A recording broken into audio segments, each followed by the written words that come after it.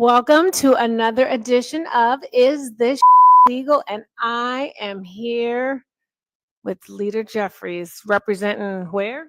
Brooklyn. I say with some bass in your voice. Where? Brooklyn. All right. And are you a lawyer?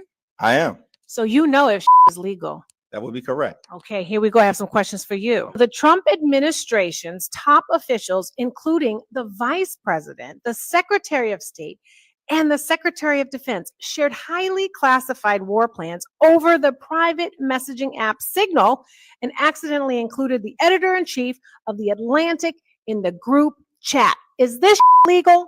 Heck no. This is insane. It put American lives at risk. They violated multiple laws, including the Espionage Act. Insane in the membrane. On Thursday, Trump signed an executive order dismantling the Department of Education. Is this legal? Absolutely not. The Department of Education was created by an act of Congress. It could not be dismantled by a wannabe king. Short and sweet. You heard it here first. And last, the guy who brought us Trump Steaks and Trump University is now selling corporate sponsorships for the White House Easter egg roll. Is this legal? This is bananas. This guy is trying to turn the White House into the Compton swap meet. How you throwing Compton under the bus? No, Compton swap meet is, I'm all about it. But it's not 1600 Pennsylvania Avenue. And it's sleazy AF. The guy is a used car salesman, an Easter egg salesman, and a crypto salesman all at the same time. None of it is kosher. It's all cap. Welcome to another edition of Is This Legal? Oof, that was tough. It's tough. Welcome to Let It Be Known. Of course, I'm your host, Stacy Brown, and this is the morning show for BlackPressUSA. Good morning, Stacy, and good morning, America. I'm Niele Anderson, your co-pilot. And of course, you know, this is the place where we amplify Black voices and bring you the headlines that are impacting the Black experience. Stacy, that was insane in the membrane. Oh gosh. You know, it's I like the segment and all, you know, but part of the problem is seeing, you know, Jeffrey's talk And Cam in this Lager. manner. It's kind of corny. Huh? Kind of corny. Well, And Cam Lager, not just corny. that. It's just that it's like at this point, if you're not really bringing the heat like a Jasmine Crockett, then you know it's like. Yeah. I'm sorry. I've said it before. I like Hakeem Jeffries, but you know, it's just too. It's still too. It comes off as too soft for me right now. I mean, it's not just Hakeem. It's like, okay, so Cam Lager is walking the halls of Congress, and you know that's what we spending our time doing. That's what we doing. Right. That's what we doing. It's you know, Hakeem is you know, he's a solid man. You know, born and bred New Yorker, so you know he's got that going for him. You know, he would be Speaker of the House, but of course his party couldn't and can't get their act together. So it's a whole nother story right It's there. all of them, though. It's not just Hakeem. Adam, I Right, saw that's what I'm saying. Adam His Schiff. party. I saw Mhm. Adam Schiff, the now Oh senator. God. He Yeah. was trying to get some traction on.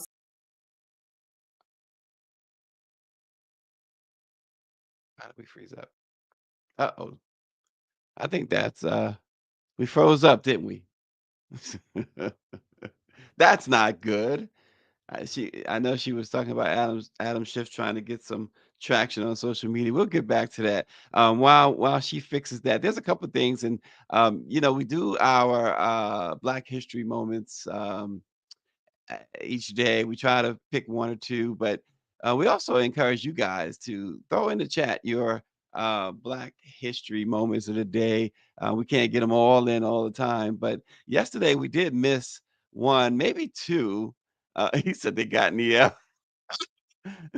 um, that really, it's probably we should revisit real quick. Yesterday, as Orange E pointed out, on yesterday's date, March the 22nd, 6 in 1964, Martin Luther King Jr. and Malcolm X met for the first and only time in their lives. That was a big one. Orangey. And also yesterday, it was a historic anniversary in pop entertainment because on that date yesterday, March 26, 1983, Michael Jackson broke out the moonwalk for the first time when they were filming Motown 25. Remember that? Huge, huge. That was the biggest show of the perhaps the decade of the 80s. And you remember the 80s had a lot of stuff. We Are the World, those guys getting together, uh, Feed the World, the Rockers, and all that other stuff. But the Motown anniversary show was by far, especially in our community, it was the biggest show, the biggest special there was in the 80s. And Michael Jackson really grabbed the mantle of being the king of pop in 1983 when, I mean, gosh, shocked everybody. Austin said he was watching the moonwalk. He just took everybody off guard as to how mesmerizing a performer he was in 1983. Just shocked everybody. But yeah, the Malcolm X meeting with Dr. King, that was a big one. That was a pretty big one. Um, but going back just a moment as we await Niele's, and we're going to have by the way, we are going to have a Black trivia. We're going to give that to you, I guess, once Niele returns with the Black trivia question of the day. Somebody's asking about Aretha Franklin's birthday on March 25th. Yeah, it's around the 20. It was either yesterday or the day before. The Queen of Soul, Aretha Franklin. Um, but a lot is going on, folks, and so much so that um, it's not that we don't keep track. Some of that stuff is stuff that we just uh, you just get tired of the same old, same old. One thing I want to save for when Niele returns is the honor bestowed upon her girl Juju Watkins. So we'll get into that later. We have the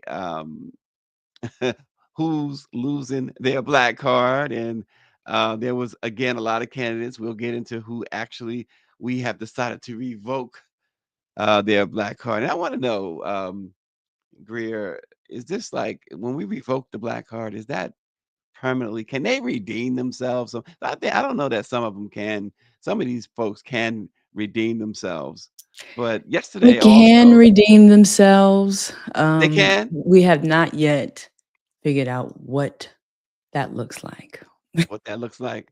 But most of the people Okay. that we have chosen thus far, we'll never know. Like the brother who murdered his wife, I don't think there's any redeeming there. I think he's There's done. no redeeming quality There's no there. Yeah. redeeming. Yeah. Yeah, yeah. I mean, even if he escaped, we can't put him. We can't bring him to the cookout. David Youngblood, I got some. Where's David at? Is David watching this morning? You have to go on Instagram and find Niele's page. You said how nice she dresses. She's modeling some things on her Instagram page. So I want you to know that, David. That's between everybody else. Close your ears. That's between David and I. David Youngblood and I. He made some comments the other day, so just wanted him to, be treated to Niele. Inferno 932 says Black MAGA has no redemption, but a lot going on. So the Supreme Court, interested enough, voted 7-2 to uphold former President Biden's ghost guns law, and Samuel Alito and of course Uncle Clarence Thomas um, voted in the dissent. They dissented. They were the two against. What's striking about that, and so if you don't know, the whole ghost guns things is these guns. They pull them apart. They have all these parts that make a gun, whatever, and they don't have any serial numbers or anything like that. And what continues to astound, same thing with the January 6th situation. letting all those folks out of prison like that, out of jail, folks who attack law enforcement.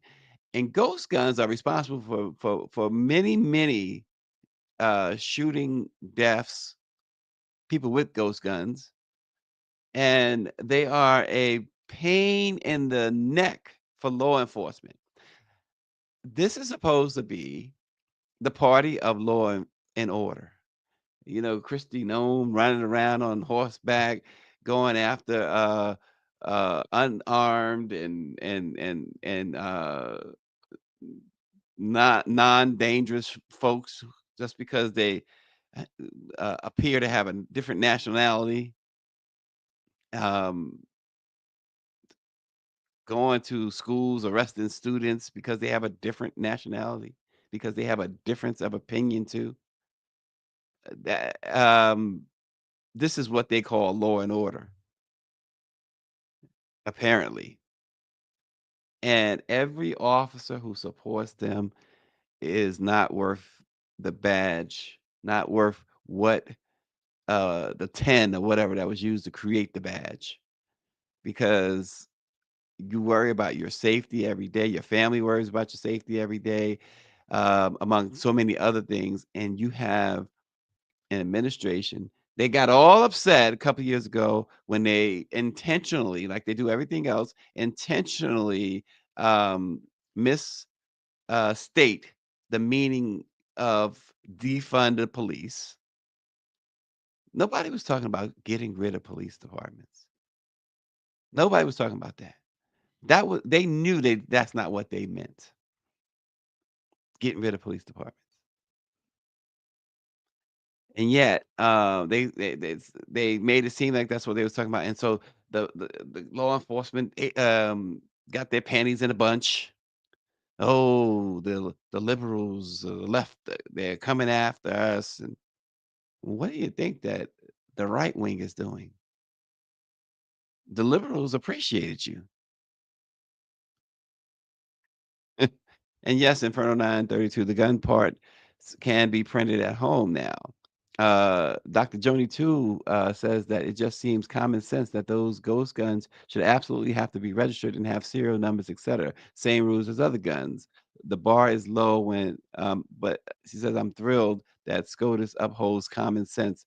Yeah, it's really interesting. I think we touched on it a little bit before, but it's going to be interesting going forward on the big rulings, particularly Amy Coney Barrett and Neil Gorsuch, um, who now seems a bit skeptical about the direction things are going as well with this administration. So it's going to be interesting to see, because you know those folks still go against the interests of Black folks. They go against the interests of Latino folks.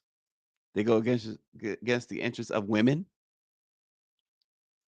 and they go against their own interests if it means if it means hurting Black, Latino, and women and senior citizens. So it's going to be interesting. And by the way, Orangey says only O.J. Simpson can get his Black heart. Oh, he dead. He said he keeps an O.J. starter kit at home. Interesting stuff. Folks, Black folks, make sure you file your income taxes. See, they can get away with stuff. You know, I saw a post about income taxes, and it was so interesting because the post had Wesley Snipes' picture on it. And we know what happened when Wesley's like, I got to pay taxes. He said he was a sovereign citizen, something out of a movie. He read too many of his own roles. Lauryn Hill did the same thing, and what happened? They both wound up locked up.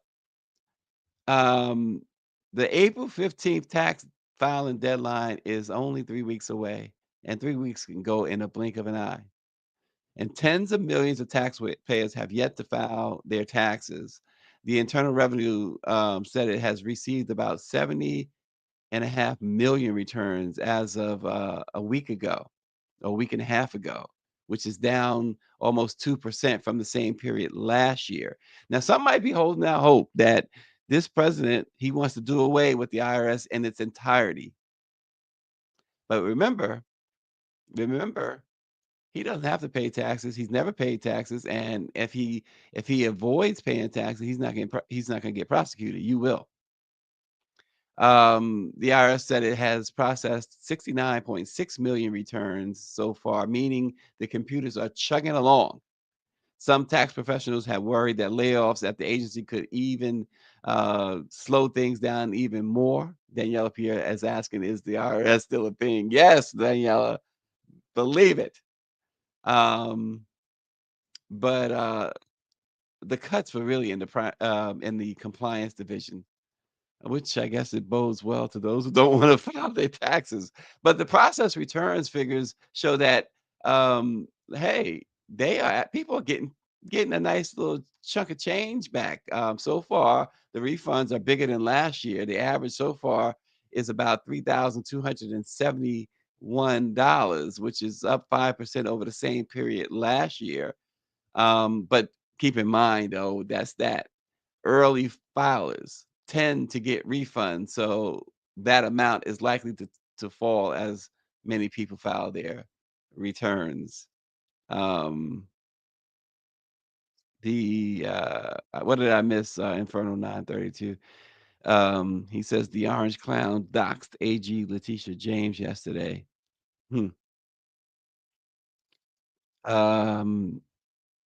And Dr. Joni says they estimate that because of Doge decimating IRS staff in the process, the U.S. will lose about $500 billion in revenue. Isn't that something? They're supposed to be allegedly, Doge is allegedly set up to find waste, and they've found virtually none, zero. They have cost taxpayers' money and continue to do so, not save them, even with all of the inhumane terminations of federal employees. They have found absolutely none, and then this immigration silliness in which immigrants bring in so much money to this country. We know where this is headed, folks. Come on. By now, if you don't know, then shame on you. I mean, this thing is all headed. He wants to tank the economy. He wants to bankrupt this country like he bankrupted his businesses. He wants a civil war. He wants chaos. And he's got everybody talking about the situation with the emails, text messages chain. Got everybody keyed in on that. I see all the different mainstream outlets and newspapers with 4 and 5 stories today on it.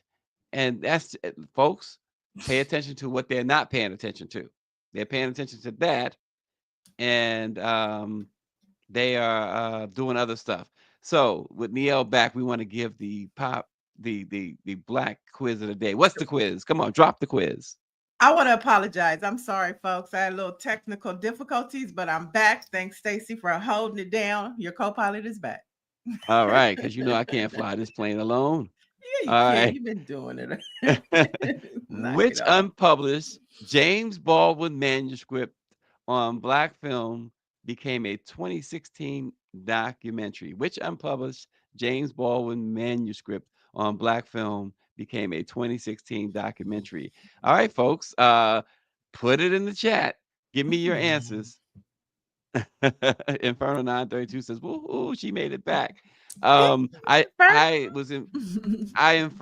informed David Youngblood, by the way, Niele, that he should check out your, because you know he compliments your dress and your appearance. So I told him he should check out your Instagram page this morning, where you were doing a little bit of modeling there. So, blue outfit, the other outfit. I mean, come on, she's got, yeah. Sometimes when we're in this space, you have to share And so, I did a photo shoot. You're next week with yours. Because Oh, we have some new looks for Let It Be Known coming your way, folks. So Mike V. stay Mike tuned. V said. Neil. Mike V said Neil is thirst trapping. Oh, well, look, I am single and mingling, okay? Uh-oh, look out. Okay, so we got a couple of guesses so far, and the two guesses, the guesses so far, I am not. There's two guesses that say I am not your Negro. That was Orangey and Dr. Joni, and Mr. Durrett Quinn says if Bill Street could talk. Wow, let's check. We're gonna Oh, find out at wow. the end. I Of think that's a I good think one. I think I'm gonna go with I Am Not Your Negro. I'm going with that one. Yeah, we only got a couple of guesses so far. Let's let them come in. I don't know which one to go with yet. But I I want to hear remember what. those names. I remember those names on like, seeing them in the Hollywood Reporter or something. So I don't know. But right now that's my guess. I Am Not Your All Negro. right. So we'll see. We will see later on. As high school seniors, Niele, Hmm. across the country gear up for graduation and await college decisions, a special congratulations is in order for one standout student at Douglas County High School down in Georgia. His name is Mantavius Presley. He's a senior from Douglasville, Georgia. He's been accepted by over 60 colleges and he's earned over $1 million in scholarships. Ooh. Um, that is that's incredible. He says, when I was a little boy, I always said that I would go to the university because people in my family will always talk about how much they loved their college life and how much it really impacted them. He was on Good Morning America, by the way. He says, I always thought when I was a little boy that I would just go off and do something amazing. Isn't that something? That is brilliant. That is amazing. That is fantastic. And it is just the hope that we need. We talk Yeah. about so much negative stuff with this Trump administration, but I love how us Black folks, we just moving about our day, doing Black excellence as we always do, Yeah, and moving there he ahead. is. He's deeply involved in student organizations. He serves as president of Future Business Leaders of America and the National Honor Society. He's the vice president of both the Student Government Association and the class of 2025. And he even manages the varsity and junior varsity cheer teams. Nice. I love it. I love it. He's And doing there's a so lot. many more stories like that Yes. I'm glad we're amplifying. He's not the only one. That's the joy and the hope of it all. Well, he isn't. I mean, we've had, like you said, we've had stories like stories before, and we seem to get them each year around this time, which is, as we head toward graduation. And Mhm. you could see, as you pointed out, Black excellence all the time. All the time. I love it. Like, there's this meme going around that said, America is crashing out and us Black folks is learning a new line dance with a fan. This is one of those moments, we not even tuned in. We just over here minding our business and doing our thing. That's about it. And look, it's the best thing. Just keep it moving. Keep your head, held high, as they say. Your shoulders up and back, and Let's do it. and keep it moving. All right. Moving So, it. Nia, we have a guest. Nia, Okay. All right. want to bring her on? I'm gonna let you do the honors. I'm still getting adjusted. It's a All lot right. going Well, on I'm with my gonna be. technology. All right. Well, we're gonna be very, very, we're gonna be very short and to the point, Let's do it. because it is a great organization that this young lady represents, Color of Change, and her name is Portia Allen Cow. Welcome to Let It Be Known, Portia.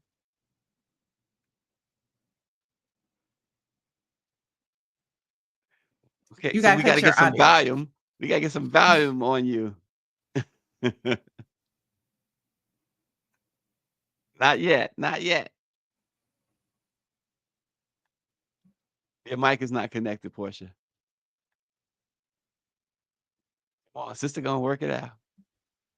Uh-oh. There we go. Okay. All Great. right. I'm very happy to be here regardless. Glad Regardless. to have you. I like that. I like that. Um, so one of the things we wanted to talk about this morning, we kind of touched on, we did touch on the fact that it is tax season, and we're coming up on that deadline, April 15th.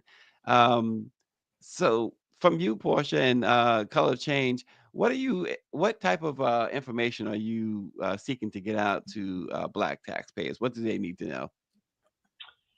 Whew, there's so much that folks need to know, especially with things moving so quickly and unpredictably with this administration. The biggest thing we are letting folks know is that there is a free option 70% of taxpayers qualify for. It is called Direct File. It is directly with the IRS. The beauty of it is that it cuts out the corporate middleman, and so you no longer need to, go to uh, H&R Block or use TurboTax or hit up Jackson Hewitt. 70% of folks again can directly file for free with the IRS, so saving tons of money, tons of time, and get their stuff in, get their money back potentially even quicker. Hmm.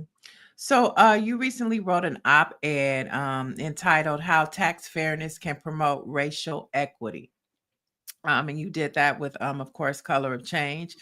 Talk to us about some of the key findings in that op-ed. Yeah, so there taxes are our written rules of money and power. And so there are ways in which systemically the system functions to the benefit of the wealthy, to the benefit of disproportionately white taxpayers at the expense of the rest of us.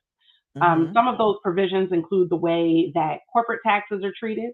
There are a number of loopholes, and it's a system that is set up where corporations are paying lower effective rates than teachers, bus drivers, nurses, you and I. And so, the purpose of that work was really to understand and lay out and make the case for why a different approach to our tax code and our tax system can really further racial justice and racial equity for Black folks. Mm, mm. That is awesome. And as far as the different tax laws, like you said, things have been changing. Um, what has been, in your experience, one of the biggest hangups, or the biggest, maybe not hangups, but something that may have tripped up Black folks in the past that you really want them to be especially, that you want them to especially notice? I think if I could choose any one thing, there are probably a number of things, Mhm. but it's around claiming deductions and credits, right? Like, we have all received the advice like, "Oh, you don't have another dependent," or you don't have, something else you could claim to, increase your refund, decrease what you owe, et cetera. To really be mindful, um, especially in this stage, especially with this administration that is just very willing to weaponize government, against people, to, really be mindful about what if they're preparing their own taxes, what they are, claiming, and the information that they are stating to be true. If someone else is preparing their taxes, to be triple mindful about what is in them, because at the end of the day they're going to be responsible for it. And so when you go to corporate, someplace like an H&R Block, and they come with 100% guarantee and audit defense or something like that, like you need the audit defense, because they're probably going to mess it up. Right? Like, these are folks that are not qualified. There's no regulations. These are folks that went through an in-house corporate training and are suddenly giving people really consequential, advice on their finances, on their taxes. And so, wanting to really emphasize in this moment the importance of reviewing everything, the importance of really double, triple checking, and also being mindful about the products that you're being offered when you go and interact with some of these places. Refund anticipation loans, these are payday loans that they've just packed into your tax preparation. And as folks are looking to really get their money back and get their money back more quickly, we are really keeping an eye on how these payday lending products and how these predatory loan products may impact Black taxpayers and Black tax refund recipients disproportionately. And I'll give you just a quick example.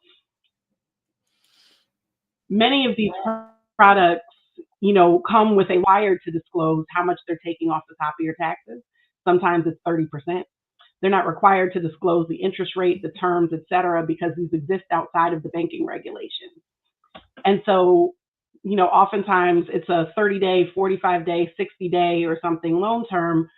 Well, with a government that's just has let go so much of the IRS staffing, we could probably expect some delays there. And so people should really be mindful about what the penalties are on some of those loan products and those banking products. If the refund takes even longer for the company to get their money, they're going to come try to get it from you. Wow. There's a lot of conversation going on in these streets about, the Musk Trump administration and how they're cutting jobs at the IRS. So who's going to actually process the filing of the taxes? Do you know anything about how what's happening with this administration will impact filings and returns and things like that? Because folks are worried. And then some folks are saying, I'm not even going to file my taxes because there's nobody there to process them. So what's happening? This is not legal advice, but I would not do that. But but on a more serious note, I mean, one of the huge accomplishments, of the Biden administration and the investments in the IRS was that when you called the IRS, there was somebody there to pick up the phone.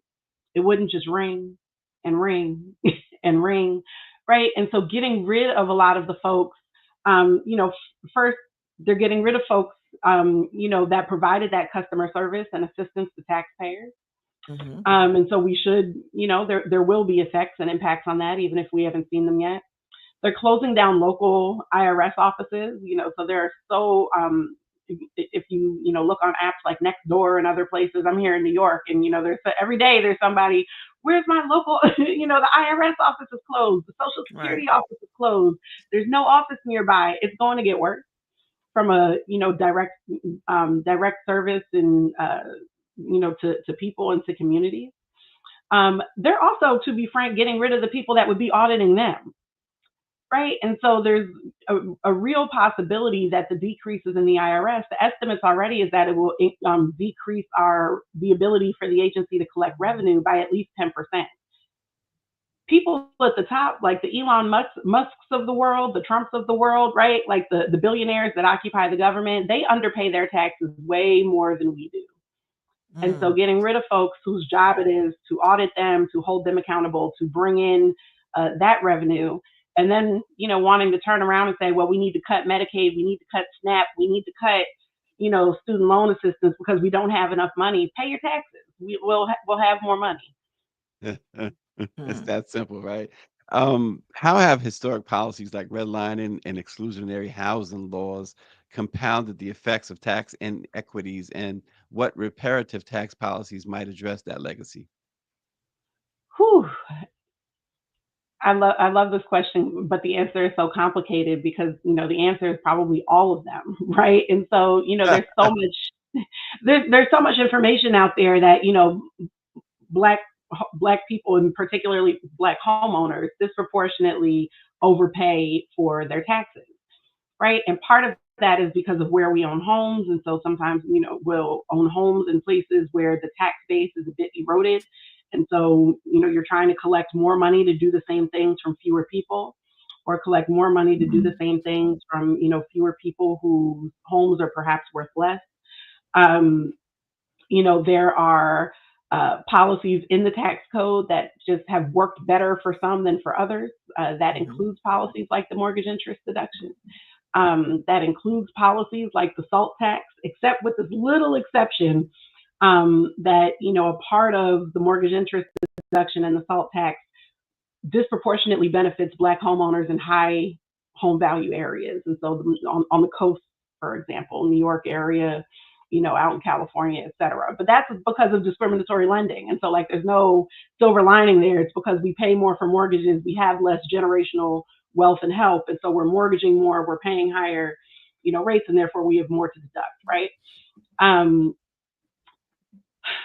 the other, thing I will say, and who knows, this is somewhat of a worried guess and something we need to look on the horizon for. But with the dismantling of the Department of Education, I think we should all be concerned about the quality of education, but there's a tax side of it where we should also all be concerned across the country as homeowners. States only have but so many ways to make up that money that would otherwise come from the federal government.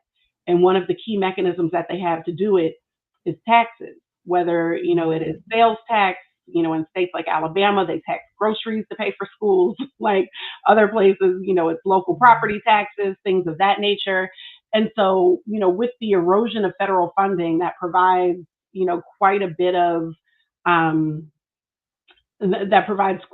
support to state budgets, all homeowners should be worried about the lag effect. So not this year, but next year, year after, about the potential for property taxes to go up. I know the Trump administration is floating around. You know how they kind of put stuff out there, but they don't. But one of the things they're floating around is getting rid of income taxes totally and letting the tariffs kind of subsidize that and fill that void. What are your thoughts about that conversation of getting rid of taxes totally and letting tariffs take its place? There are states currently that don't have income taxes. And I think we should ask ourselves, are those the states that we want to live in? like we are disproportionately there, but we do pay either way.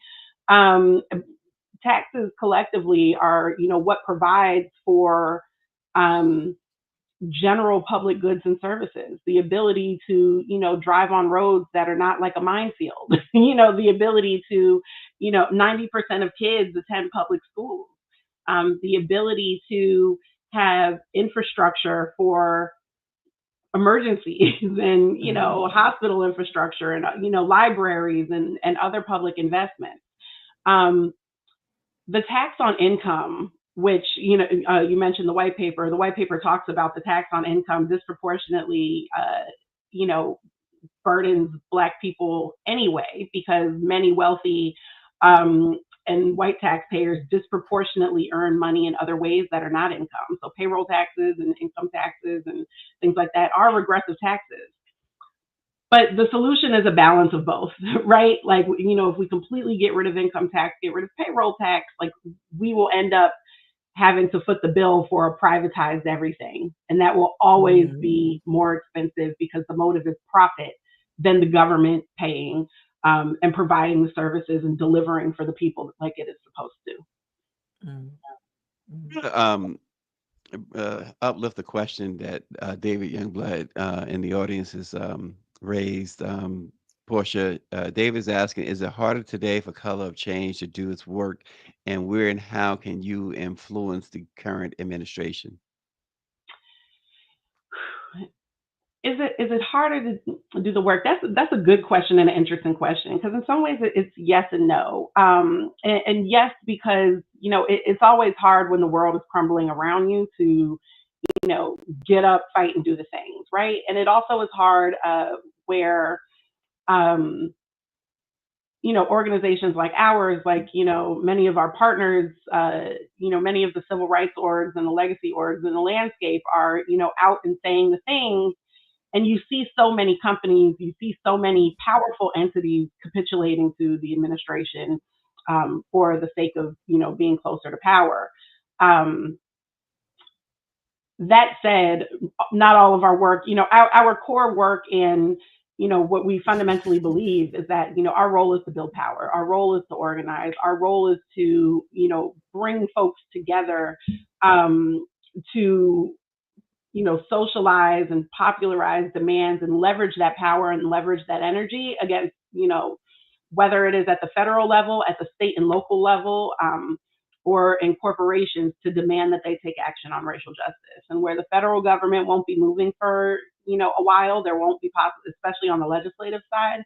There's a lot possible on the state side in holding states accountable to provide all of the protections for, folks that the federal government will not. So states all have their version of, civil rights and anti-discrimination policies. It's up to state attorneys general to, hold people to that. States, Right. have the ability to hold folks accountable for labor violations and, exploitation of workers. It's up to folks to remind attorneys general that that is part of their role, and it's time for them to step up in the absence of a, functional federal oversight function. They're able to protect people from predatory lending and, have consumer protections departments. It's up to us to make those demands, to remind them that in this moment, that's what we need them to be doing, and that's what we put them in office for. And so the consequences that we need to make and the demands that we need to make, can only be done by continuing to build, continuing to, come together and align and organize and make those demands that folks can't ignore. Mm-hmm. Our EP Greer wants to know, is it realistic to expect a fundamentally capitalist tax system to produce equitable outcomes? I have so many thoughts on that. I think we have to try. I mean, until, and part of it is, like start where you are to get where you want to go, right? And so many folks will say, oh, we can't do it when we've never tried before. But let's try and see what happens and see how far we can go. And if what we figure out at that point is actually we can't go all the way, let's try something else. But now we've, done the thing. But so many folks want to, sit and theoretically tell you why something's not possible, right? Like why it can't be done, why we shouldn't bother spending our energy to fight for it. And, sometimes we also have to leave those folks behind. I know that you also Color Change does some work as far as education is concerned, and are concerned, I should say, are concerned about education just as much as anyone else. And we're seeing a continued assault on the Department of Education, on education in general. Now, the president is asking the Supreme Court to cut teacher training money.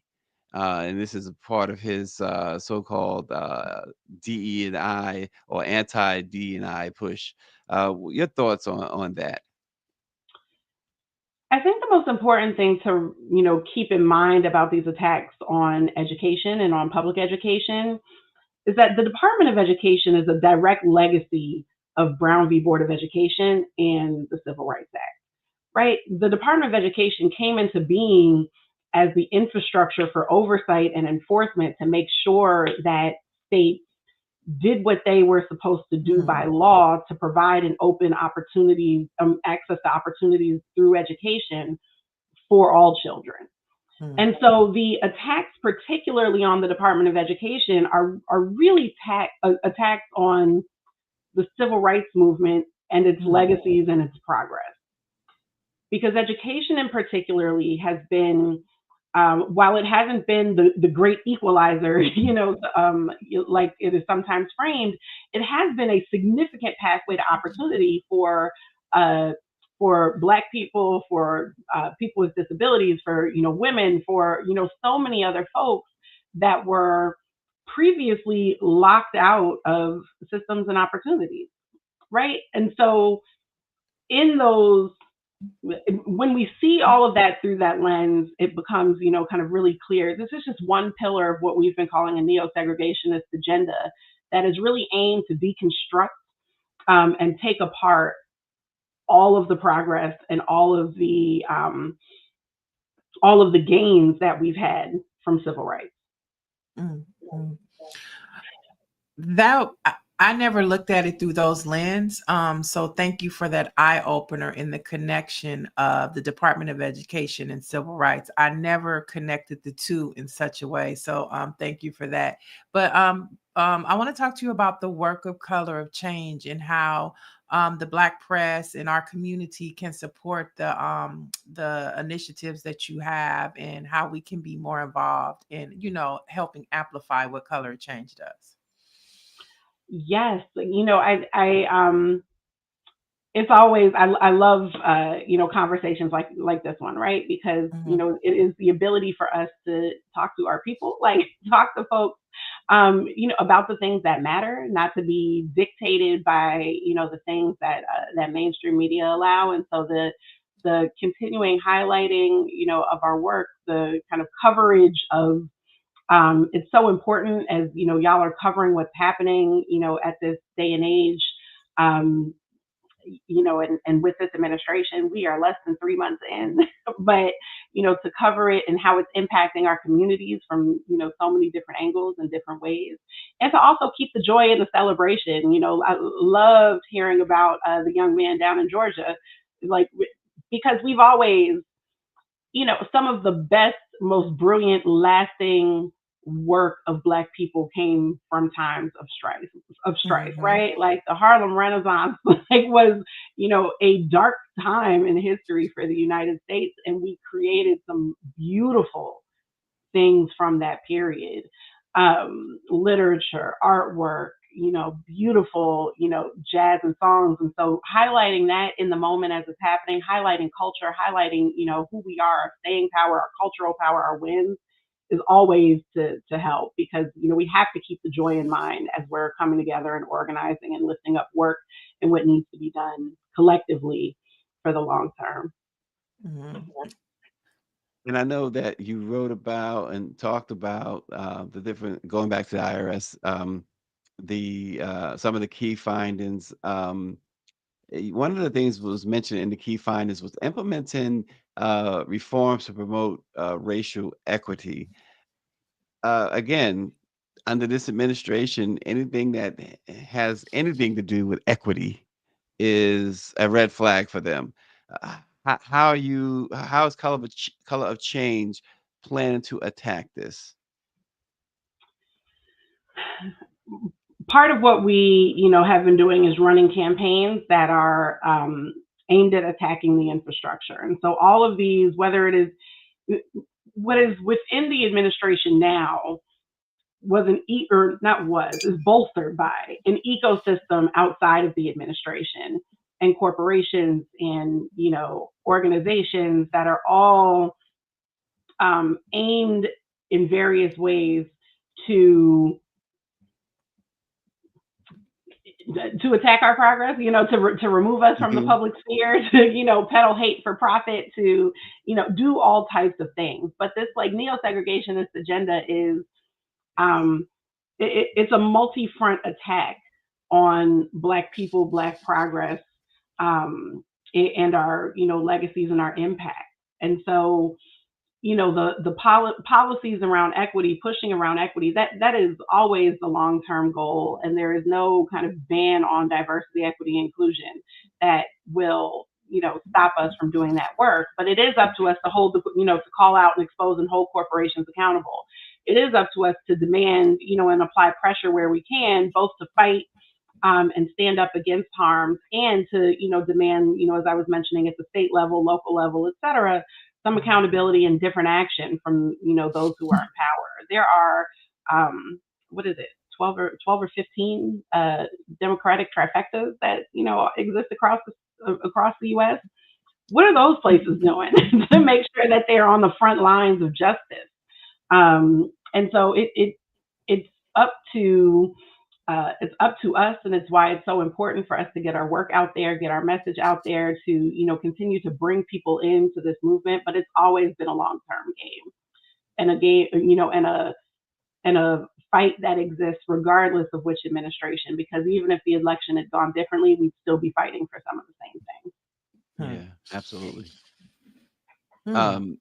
Greer is asking too, is it all on us, particularly you guys, Black women, to save America still? Excuse me, where's the Black men at? It's us. Us is Black men. Well, Black women as well, they continue to hold it down, and we've had some defectors among Black men. So she says us as in Black people. Us, man and woman. We have not had as many defectors as they would like us to believe. By and large, Black people, men, women, anyone, vote more alike than any other race. And so, we understood the assignment. We knew what it was. We showed up. We did what we, needed to do accordingly. I think the, kind of response of the, 92% that's kind of on this self-care, self-care break at the moment, Soft Um, life, self-care, soft life, self-care, you know, soft it's life. understandable. Right. It's understandable. I think, you know, the challenge is to come back and fight anyway for people that, even though they're fighting against you, they're going to benefit too. Mhm. And that, has always been something that we've understood uniquely and differently than other groups because we are more collectively oriented than other groups. And so it's, I think not to put the burden on us, so to speak, but, we've historically just moved differently collectively. That has made things possible and can make more possible today as we continue to build, to organize and stay in the fight. Because nothing will change if we do nothing. Mhm. Well, Inferno 932 says he's still wearing his Black Men for Harris t-shirt. so there you go. You guys, I love it. black men as well, Niele. Okay, you don't have to jump on Thank me now. you. We in this together. Well, Portia, again, it's certainly a pleasure having you on this morning, and love the work that Color Change continues to do, has been doing. Color Change is not brand new, folks. They've been around. They've been fighting the good fight for a while. And 2020. Portia's right there at the forefront with them. So we appreciate you so much. Any way folks can support Color Change? I would be remiss not to say, please go to ColorofChange.org. Find us, on the platforms we also try to hold accountable. So find us on Facebook, find us on X. You can find us on Instagram at Color of Change. If you can, support financially, we always encourage that as well. But it's more important, to just be in the know, be in community. And we are happy to have all of you in the fight. Portia, Allen, Cal, Color of Change, we thank you so much for Thank joining the you. Black Presses. Let it be known. Thanks for having me. Absolutely. All right, are Always we good ready information. always good information. Are we ready to jump into our morning quickies, our Oh, headlines? The let, quick and let's snappy go. ones? Let's go. All right. So, guess who is set to bring the 2025 commencement at USC's Marshall School of Business? I'll give you a hint. He's from Long Beach. He's Oh a rapper. gosh. Oh gosh. Snoop. Snoop Dogg is bringing the commencement at USC for the School of Business. Isn't that interesting? Well, There it that is. is interesting. What's Snoop gonna talk about? Weed? Well, he does have some cannabis shops out here. He Absolutely. yeah, he is the owner of Death Row Records. Yes, he He's is. definitely into cryptocurrency. That's why he performed at Well, Trump's crypto ball, I guess. I don't he know. needs to So have I his mean, own crypto ball. Come on, Snoop. his wife is a business owner. She owns a strip Yeah. club. Yeah, they had this big thing not long ago where was it a grand opening or something special Yes. happening there or Hmm. whatever? And so I saw it in the news. I said, "Wow, the news is covering strip clubs, but of Slow course news it's Snoop day. Dogg That's what happens when you have a slow news day. But or Snoop nevertheless, Dogg." he is a business owner, so he'll be speaking at their commencement speech. And in HBC news, Virginia Union University becomes the first HBCU in Virginia to launch a doula certification program. That And is absolutely awesome. definitely. We know that Representative Lauren Underwood, she is a big advocate for Black maternal health. And she's does the Momnibus Act. So to have somebody that understands you is important when you're having a baby, and it understands your health and things like that. So I think this is great. Well, my oldest daughter is a doula in Nevada. Hmm. And I was having a conversation with Vice President Harris a couple of years ago, Hmm. and we were talking because Vice President Harris is a huge into that maternal health, right? Hmm.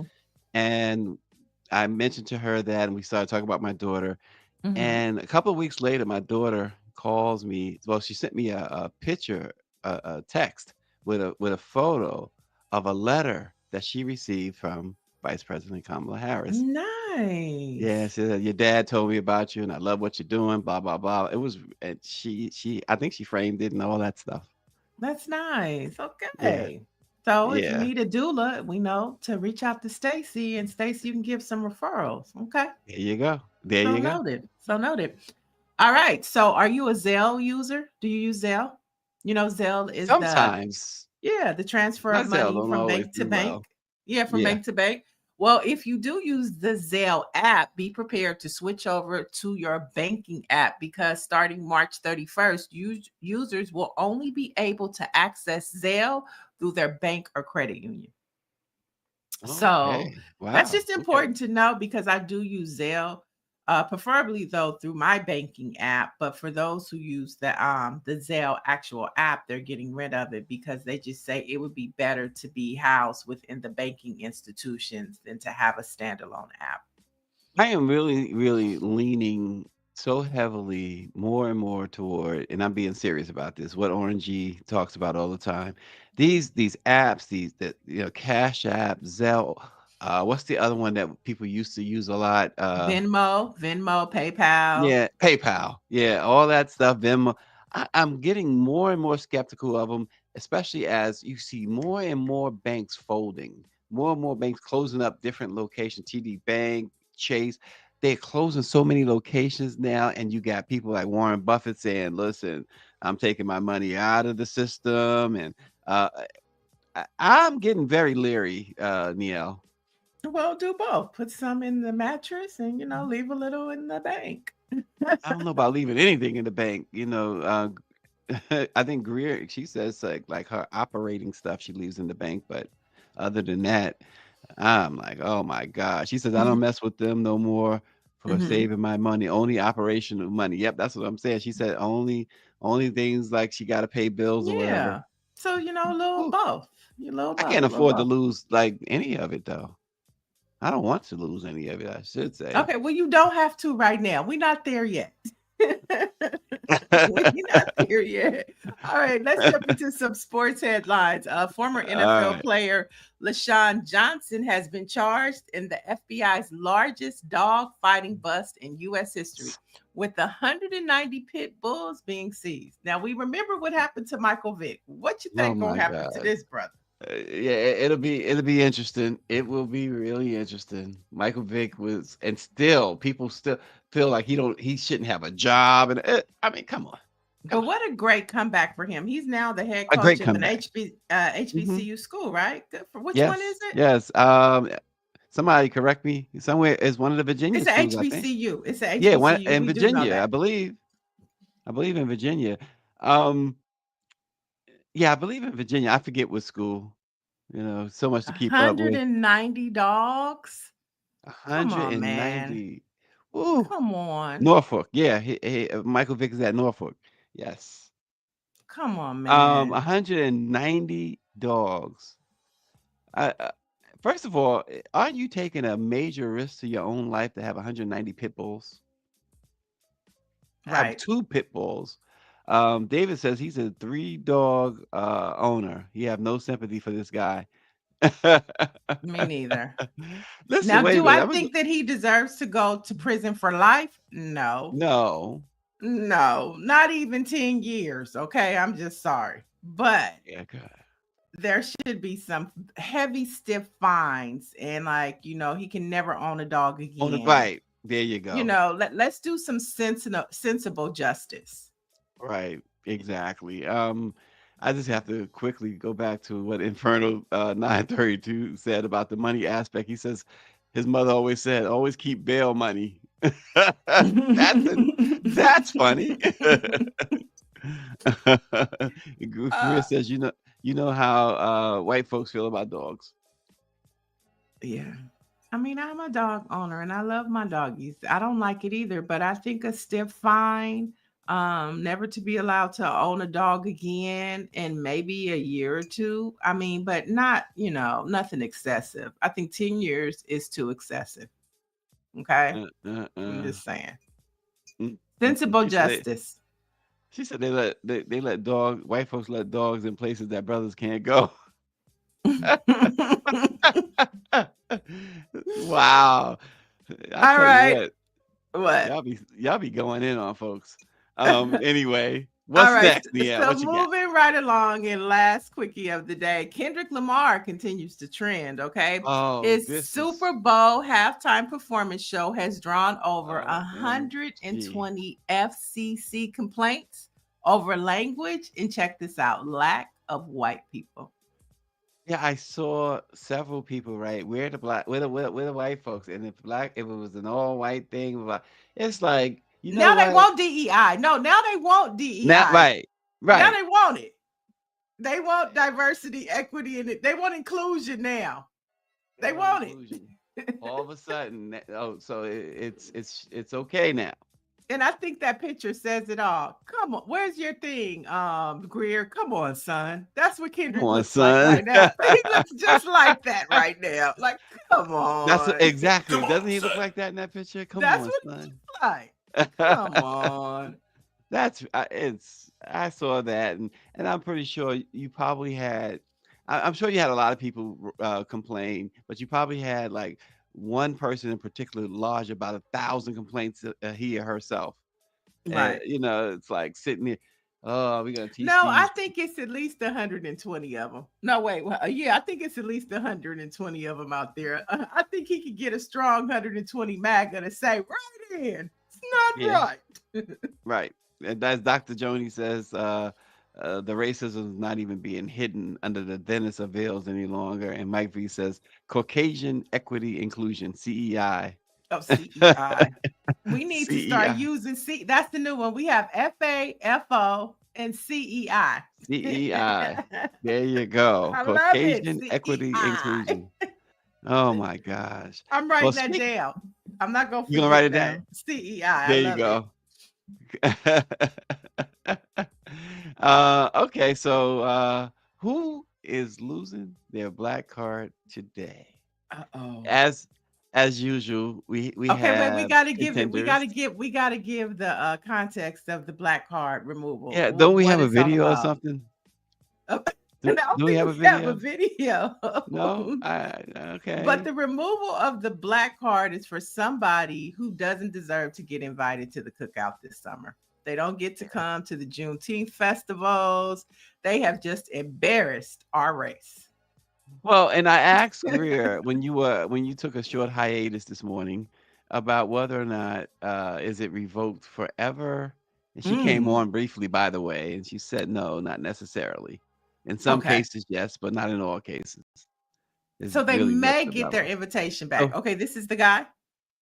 CJ, yes. Okay. What's up, Jasmine Crockett? CJ Pearson here. On behalf of the black community, can you do me a favor? Can you shut the hell up? No, seriously, I'm genuinely asking. Can you shut the hell up? Because every single time you open up your mouth, you set black people back at least 10,000 steps. At least 10,000 steps. And what's so offensive about you is that the Democrat Party thinks that you are the type of person that can convince black people to do anything. They think that if they trot out some ghetto Barbie who uses bad grammar, acts a little hood, gets a little ratchet, that all the black people are just going to listen to everything you say. Everything you say. And I got to say, I knew the Democrats were pretty damn racist, being the party of the KKK and all, but I didn't know that they were this damn racist. I didn't. They truly had me fooled. And so every time I see them pushing you out and telling you that you are now the voice of the Democrat Party and the voice of Black America, I am deeply offended in a way in which I don't even know if I can put to words right now. But I'm not only offended by the fact that they think that this is how they should be reaching and talking to black people, I'm offended by the fact that they're using a fraud to do it. You know, oftentimes black Democrats and black liberals like you, Crockett, like to say that black Republicans like me are fraudulent. Guess what, Jasmine? I've never pretended to be anything that I'm not. But you pretend to be everything you're not every single day. You throw on that great value wig and you act like you didn't grow up going to private schools. as you rail against school choice. You act like you didn't go to a ritzy college. You act like you've just been out in the streets, that you're about that life. You're a Congresswoman, Jasmine Crockett. You're not about any kind of life. We know who you are, and we know that you are not like us. So No, she's not. Jasmine. The jig is up. This clown. This clown. No, she's not like you. He probably has a he probably has a husband who goes to like Harvard or something like that, or Yale. I mean, he is this guy. He is a character. You know that episode of the Twilight Zone where the kid wishes people into the cornfield. Man, this guy needs to be in the cornfield. I mean, typical MAGA rhetoric. I have on my Jasmine Crockett glasses today because yesterday she was in session and she read them again. She was talking about how the government is trying to say that NPR and PBS are terrorist threats. And she read them their rights in these cute glasses right here. So I said, well, let me put mine on because I'm Team Jasmine Crockett all the way. And she does speak for us. Not only does she speak for Black people, she speaks for Americans, okay? And I hate the way they try to compartmentalize Black people to be this one thing. But then did you see what Marjorie Taylor Greene did yesterday to the foreign journalist? She was in it, you know. They are taking back the word ghetto. They've always been ghetto, but now they are really living up to it. And CJ Pearson was as ghetto as you can be right there. Right. You know, but in a very in a very dare I say, in a very Don't white say way. it. Stop.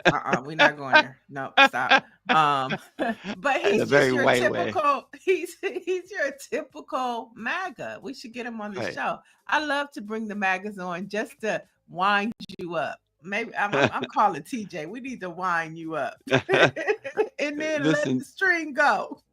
Dr. Joni says, very typical MAGA, then skin faux outrage.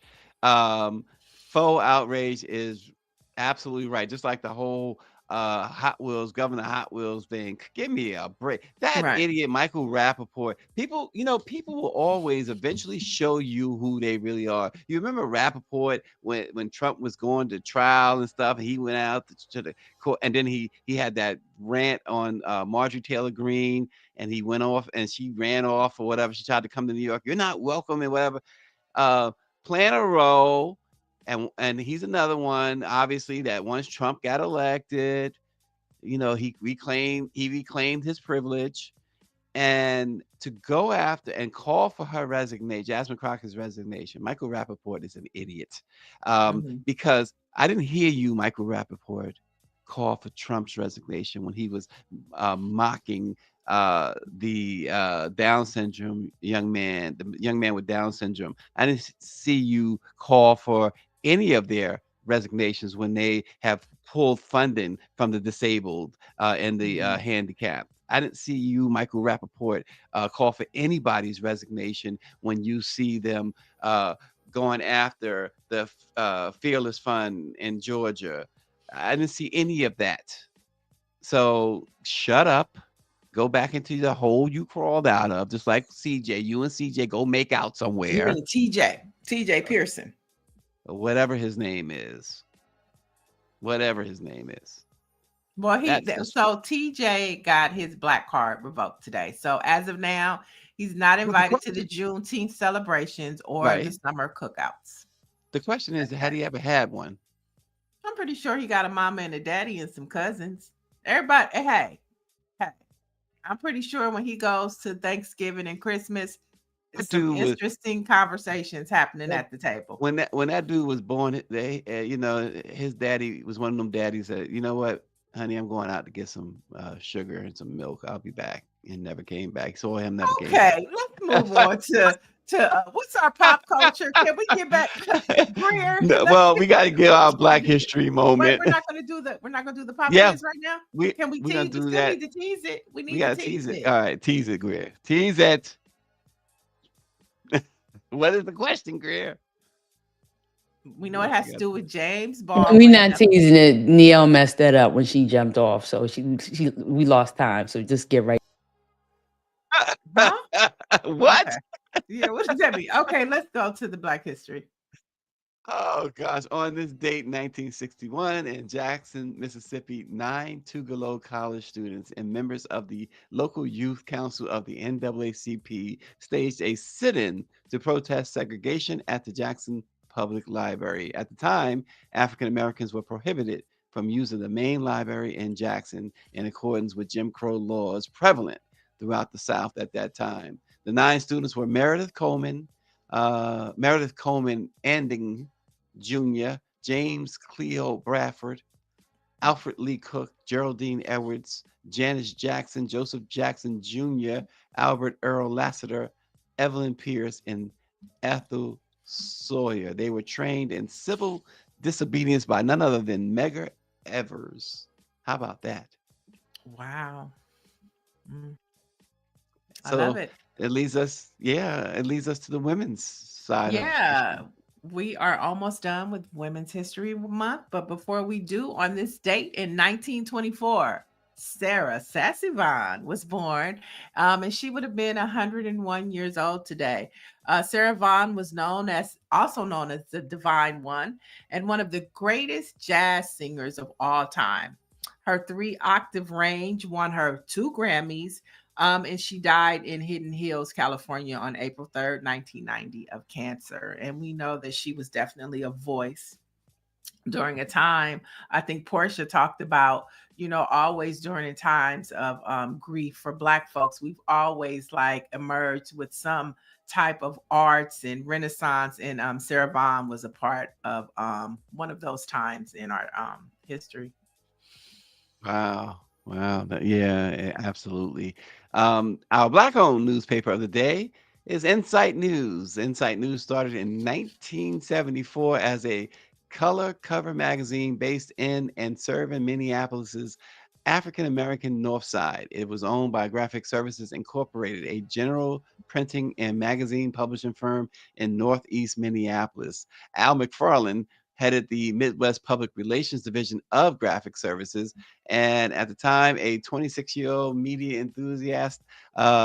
He had previously worked for the St. Paul Pioneer Press as a reporter and for General Mills in public relations. He purchased rights to Insight News in 1975 and began publishing as a community paper in 1976. Al also does a midday Eastern podcast or show that you can see on BlackPressUSA today.